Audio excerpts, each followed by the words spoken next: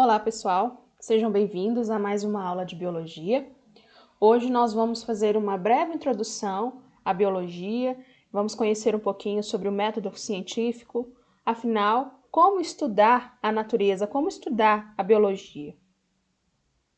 Para isso, vamos entender primeiro o que é biologia. A biologia, a origem da palavra vem do grego, né, que significa estudo da vida. Muitos de vocês já devem conhecer esse termo. Bios significa vida e logia vem de estudo. Então, a biologia é uma ciência que estuda, né, o que busca entender os mecanismos que regem a vida, como a evolução, a reprodução, as relações entre os seres vivos, as relações dos seres vivos com o ambiente, né? E entre eles mesmos, né? Não necessariamente da mesma espécie, mas com outras espécies também, são exemplos, né, de mecanismos que a biologia busca estudar. Então, biologia, considerando a biologia, então, ela é uma ciência, né? A ciência vem do latim, que significa scientia, que quer dizer conhecimento, né? Conhecer, vem de um verbo que significa conhecer. Então, a ciência é formada, né? Ela busca o conhecimento. A ciência é uma forma de conhecer o mundo, certo?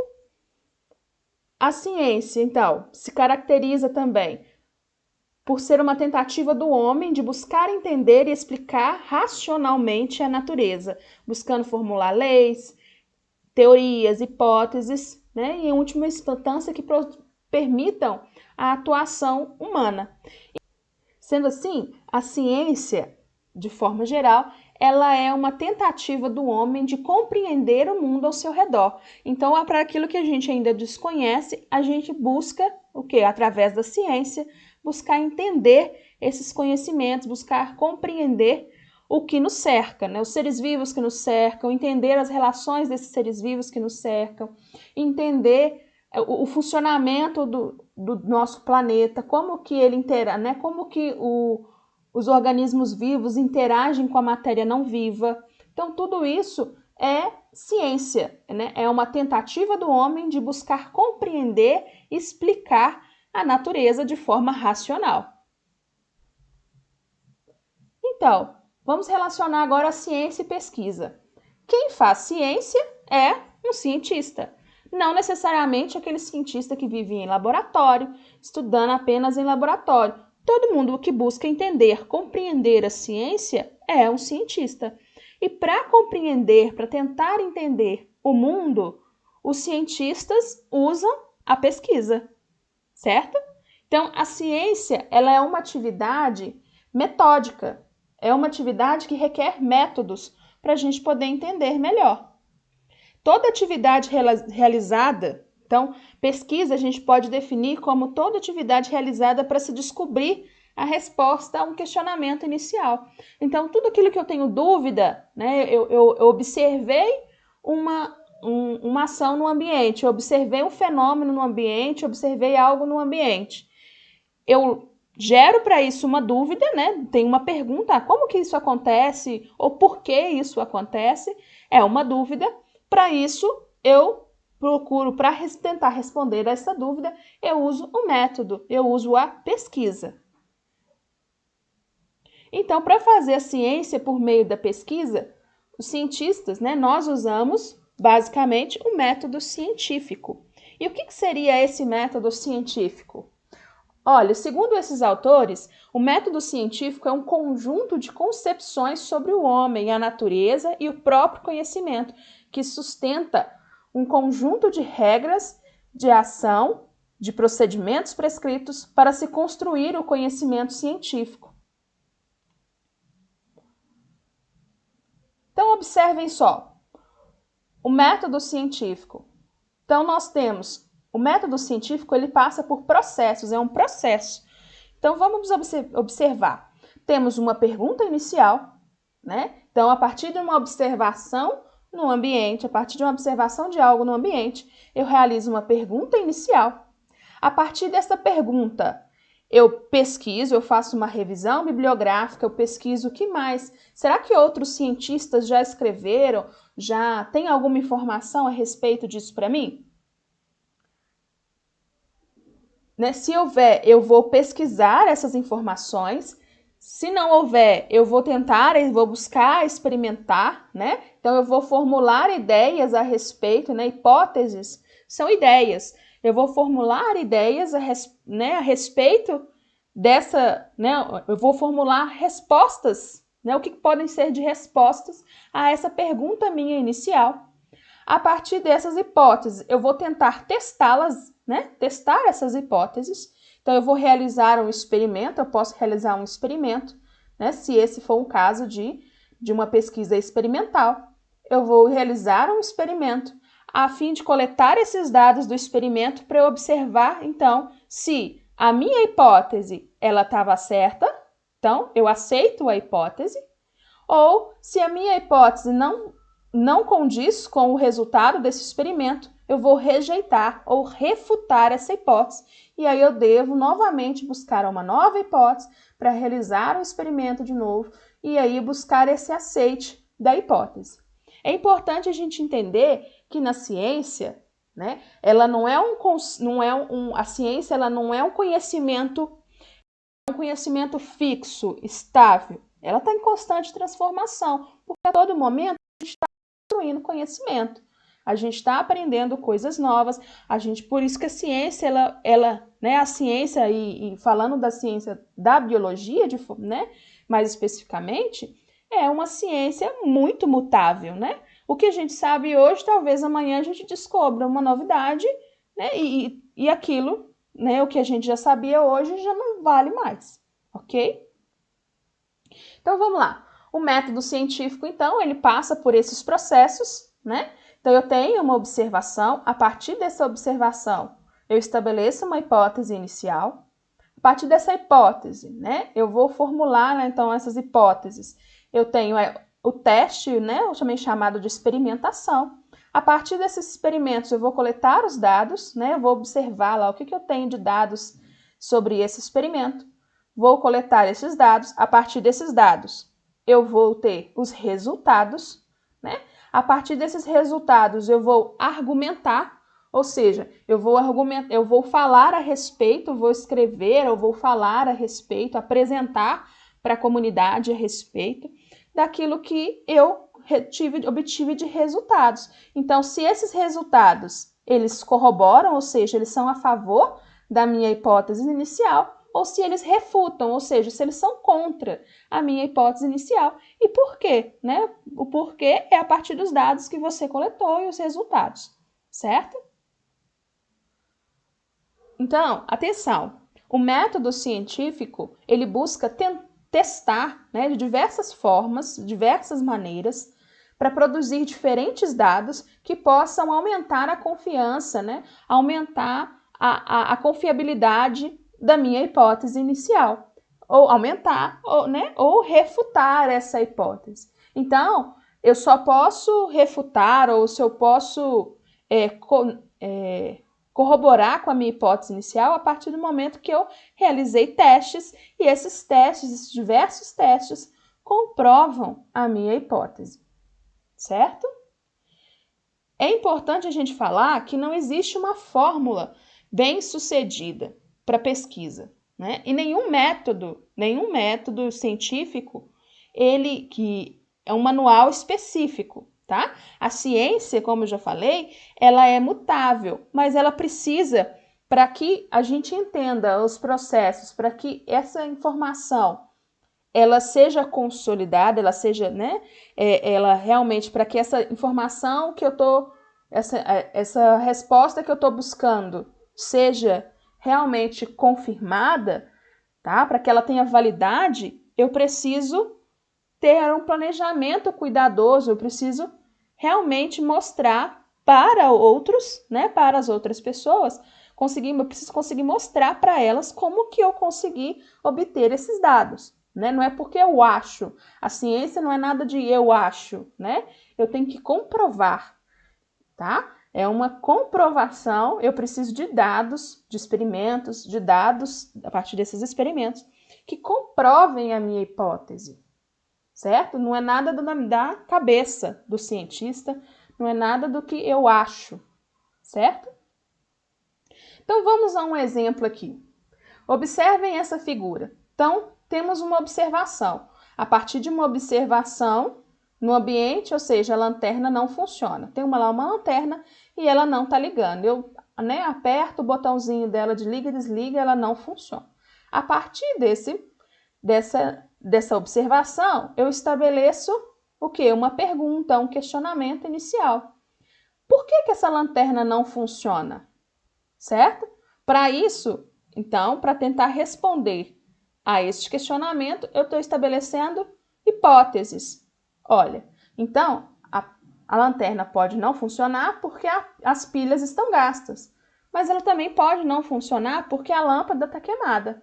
Então, vamos lá. A partir da hipótese, eu tenho que testar, né? Tentar testar, verificar por que essa, né? Verificar essa minha hipótese. Então, vamos lá. Se as pilhas estão gastas, né? Então, eu imagino que, eu predizo, eu deduzo que a troca de pilhas, ela vai solucionar o meu problema. Então, para isso, eu testo. Qual que é o meu teste aqui? Trocar as pilhas. Se o resultado, se a pilha, né, se a lanterna funcionou, ótimo, esse teste sustenta a minha hipótese.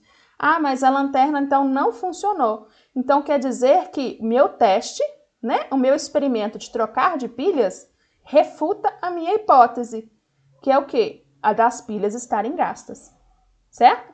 Vamos a outra hipótese. Então, se a hipótese da lâmpada está queimada. Bom, se a lâmpada está queimada, a minha predição é, se ela está queimada, então eu troco a lâmpada para resolver esse problema. Então, a partir disso, o que eu faço? O experimento. Qual que é a experimentação? A troca da lâmpada. Tá, troquei a lâmpada, né? A lanterna passou a funcionar? Ótimo. O meu teste, né? Então, a minha hipótese, então ela sustenta, né? Ela corrobora com a minha hipótese inicial.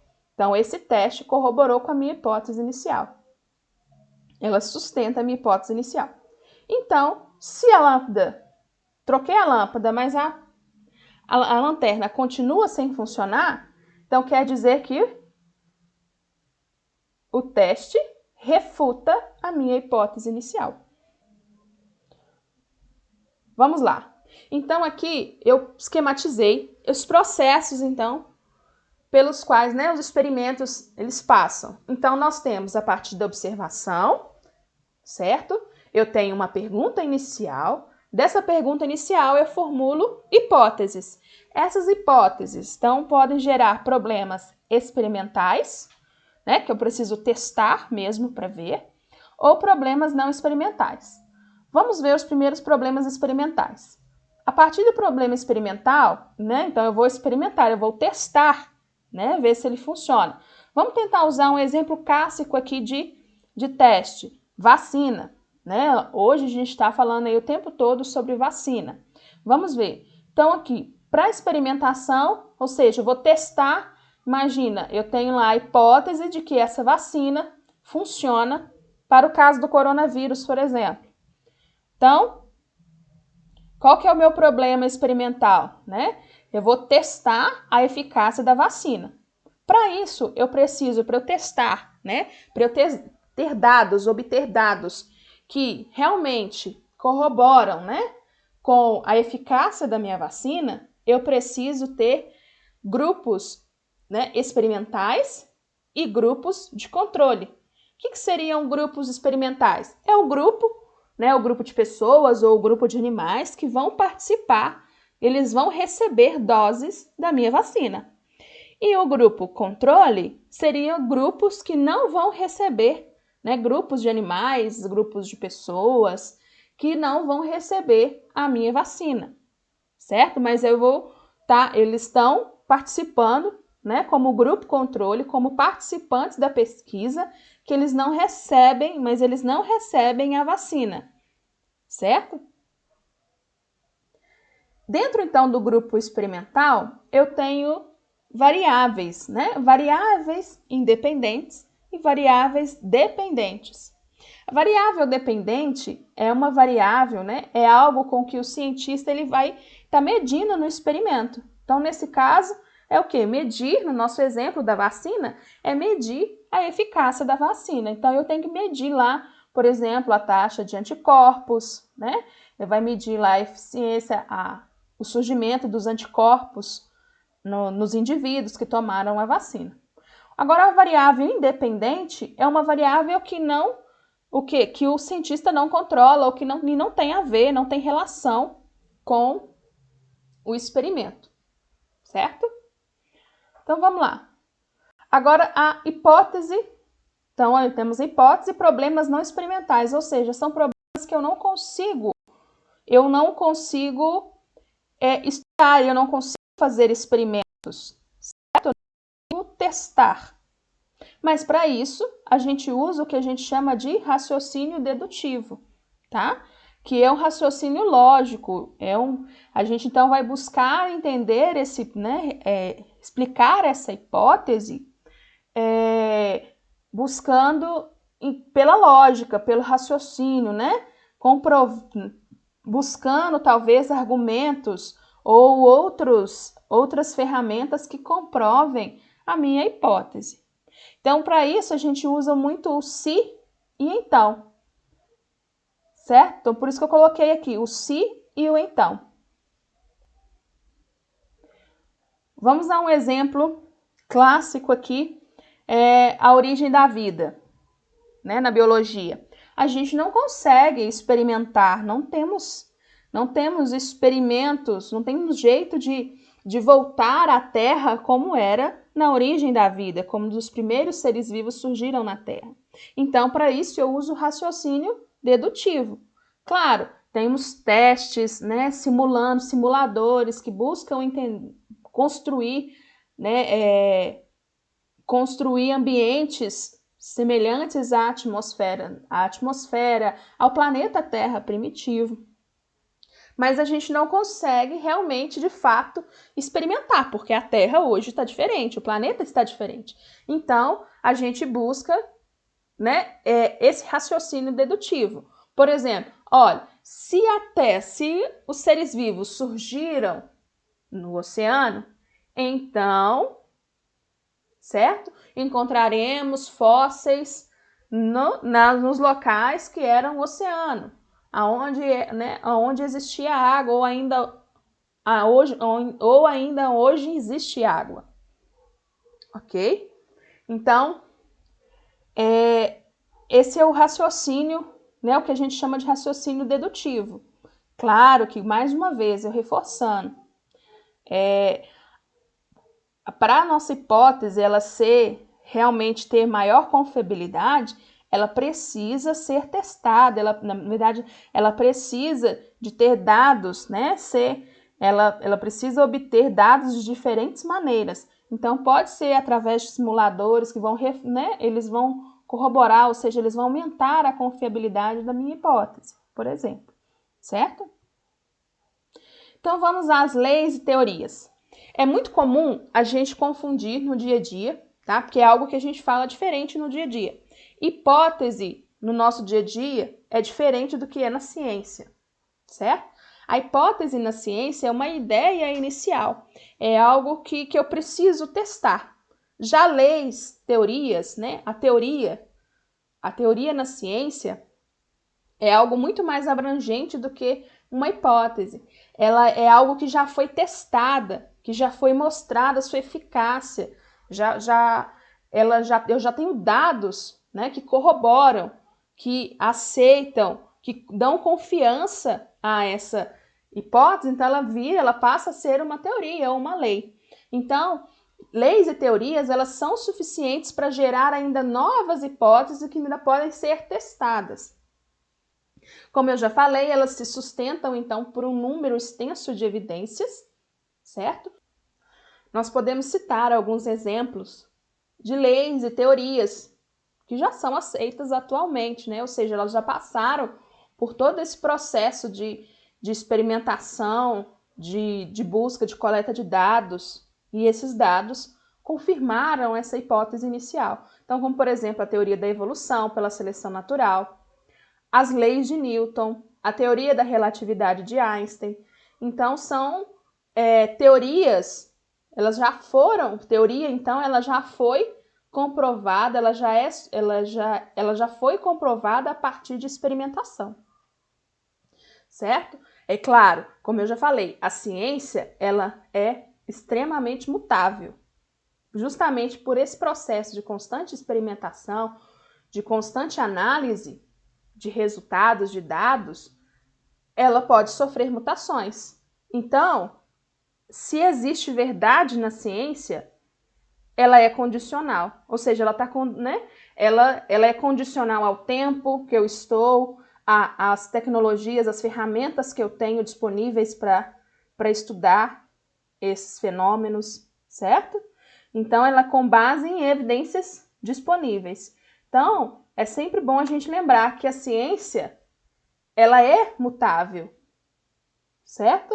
Ela muda com o passar do tempo, à medida que a gente vai adquirindo mais conhecimento, a gente vai tendo mais tecnologia, mais ferramenta para poder estudar.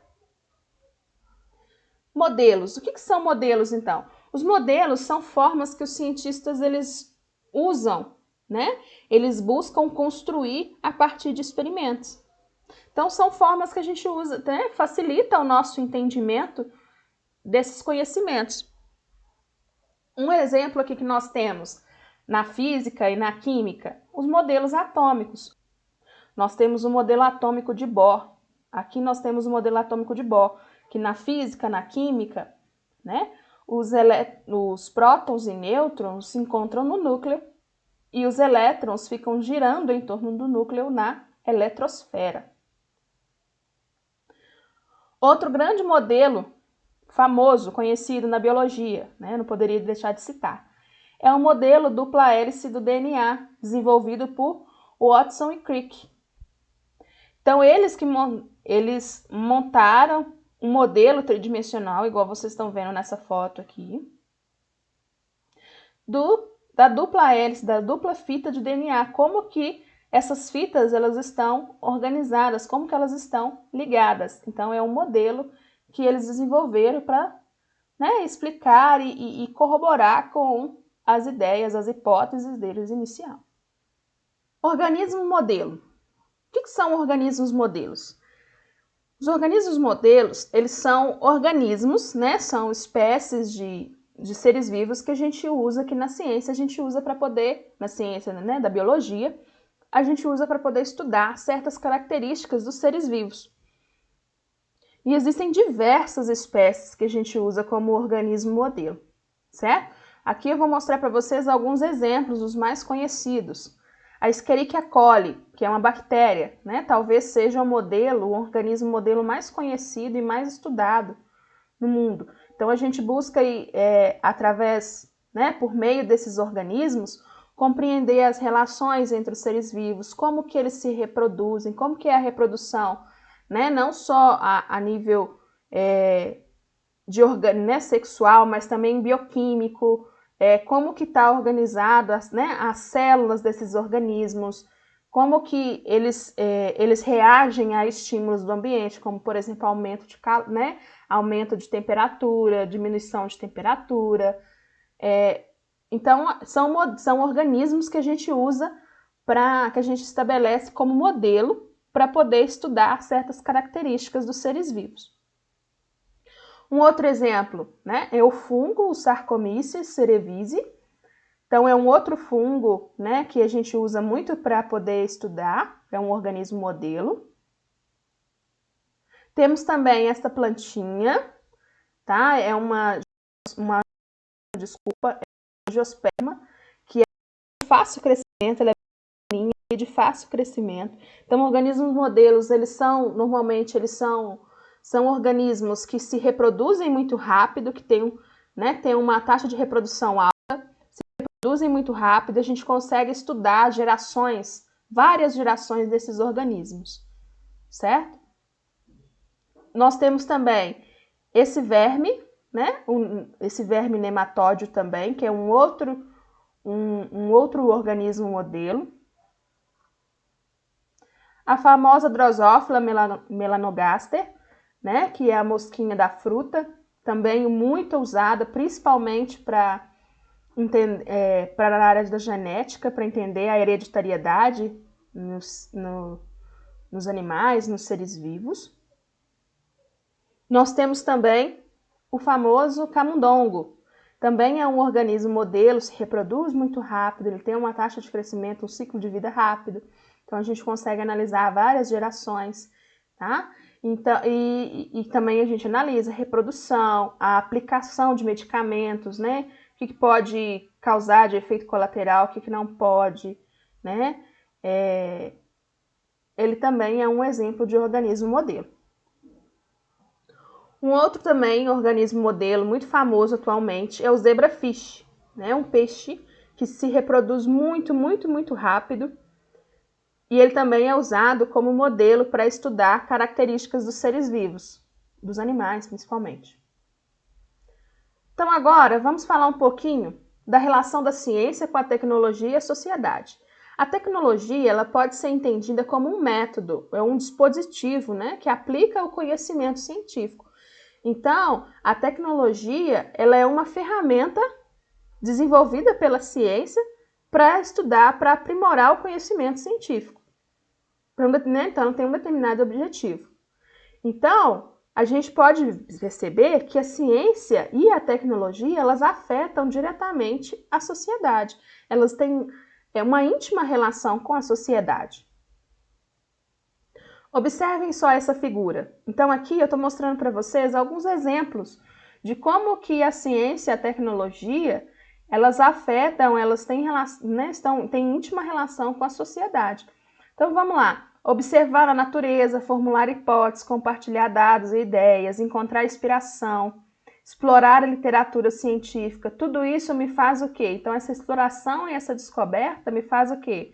Formular hipóteses. Então, a partir dessa formulação de hipóteses, eu vou testar essa hipótese, eu vou prever esses resultados, eu vou realizar experimentos ou observações, eu vou medir esses resultados. A partir desses resultados, eu vou interpretá-los, né? Eu vou obter esses dados e vou interpretar a fim de sustentar ou refutar a minha hipótese. E aí eles vão inspirar, né, uma revisada ou não de uma nova hipótese, né, a origem ou não de uma nova hipótese. E aí, então, então elas vão refutar ou sustentar essa nova hipótese.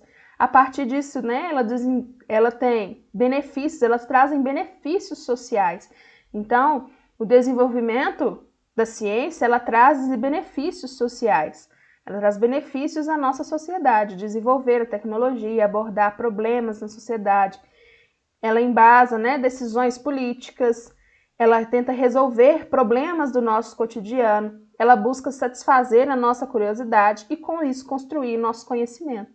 Além disso, né, as análises que a gente traz a partir das hipóteses, dos resultados das nossas hipóteses, nossa experimentação ou, né, medição dos resultados, a gente apresenta um parecer para a comunidade científica, né, e para outras comunidades. Elas reproduzem esses experimentos para, né, dar uma confiabilidade à minha hipótese. Discuto com outros colegas as minhas decisões, o que eu encontrei, os meus resultados, a fim de publicar esses resultados, ou seja, divulgar para o maior número de pessoas possíveis esse resultado. E com isso criar novas ideias, né, e construir teorias a partir desses resultados que eu obtive. Então, vocês podem observar que por esses círculos a gente tem as setas, olha, que à medida que a gente também constrói, né, a gente analisa o parecer, né, e desenvolve um parecer para a comunidade, a gente ainda explora mais e faz mais descoberta, né? E esses benefícios para a sociedade, né, os resultados sociais, benefícios e resultados sociais, eles também promovem mais exploração e descoberta. Então, é um ciclo. Então, a gente pode ver que a ciência e a tecnologia, elas estão relacionadas à sociedade, elas foram criadas, né? elas são meios de desenvolver a nossa sociedade, de buscar resolver problemas da nossa sociedade. Então, a ciência, sendo, né, tão relacionada à sociedade, ela é transformada ao mesmo tempo que é um agente transformador da sociedade. Então, a sociedade ela também pode transformar a ciência, certo? Então, vamos ver o que esses autores dizem a respeito da ciência. Olha só, a ciência é determinada pelas necessidades materiais do homem em cada momento histórico, ao mesmo tempo em que nelas interfere. A produção do conhecimento científico não é, pois, prerrogativa do homem contemporâneo, quer nas primeiras formas de organização social, quer nas sociedades atuais, é possível identificar a constante tentativa do homem de compreender o mundo e a si mesmo. Então, a ciência, ela não é algo recente, ela não é algo da sociedade nossa contemporânea. Ela vem desde a antiguidade, desde que o homem começou a tentar explicar os fenômenos, né, o que acontece na natureza. Ele tentou explicar a natureza, a ciência existe, tá? Então é importante a gente entender esse conceito que a ciência, ela é mutável, justamente ela é mutável porque as sociedades mudam. E as necessidades de cada sociedade também vai gerar a necessidade da ciência. Então, por exemplo, nos dias atuais, nós temos a pandemia global do coronavírus, que gera o quê? Uma nova necessidade na ciência do coronavírus, o desenvolvimento de medicamentos, de vacina para combater o coronavírus. Então, logo, a gente pode entender que a ciência, ao mesmo tempo que ela transforma, né, a partir do momento que a gente tem uma vacina para o coronavírus, ela transforma a nossa sociedade. E ela também é transformada pela sociedade. A necessidade, então, da sociedade de desenvolver uma nova vacina também muda a ciência. E é importante a gente entender isso, que a ciência ela é transformada pela sociedade, assim como ela também transforma a sociedade. E a ciência não é algo atual, né? Ela não é desse momento, não é algo recente. Tá? A busca do ser humano por entender o mundo vem desde a antiguidade, certo? Essas são as referências utilizadas para elaborar esta apresentação. Espero que vocês tenham gostado. Se gostou, deixa um joinha para mim, por favor. Deixe um comentário, qualquer dúvida eu estou à disposição. Um abraço e até a próxima!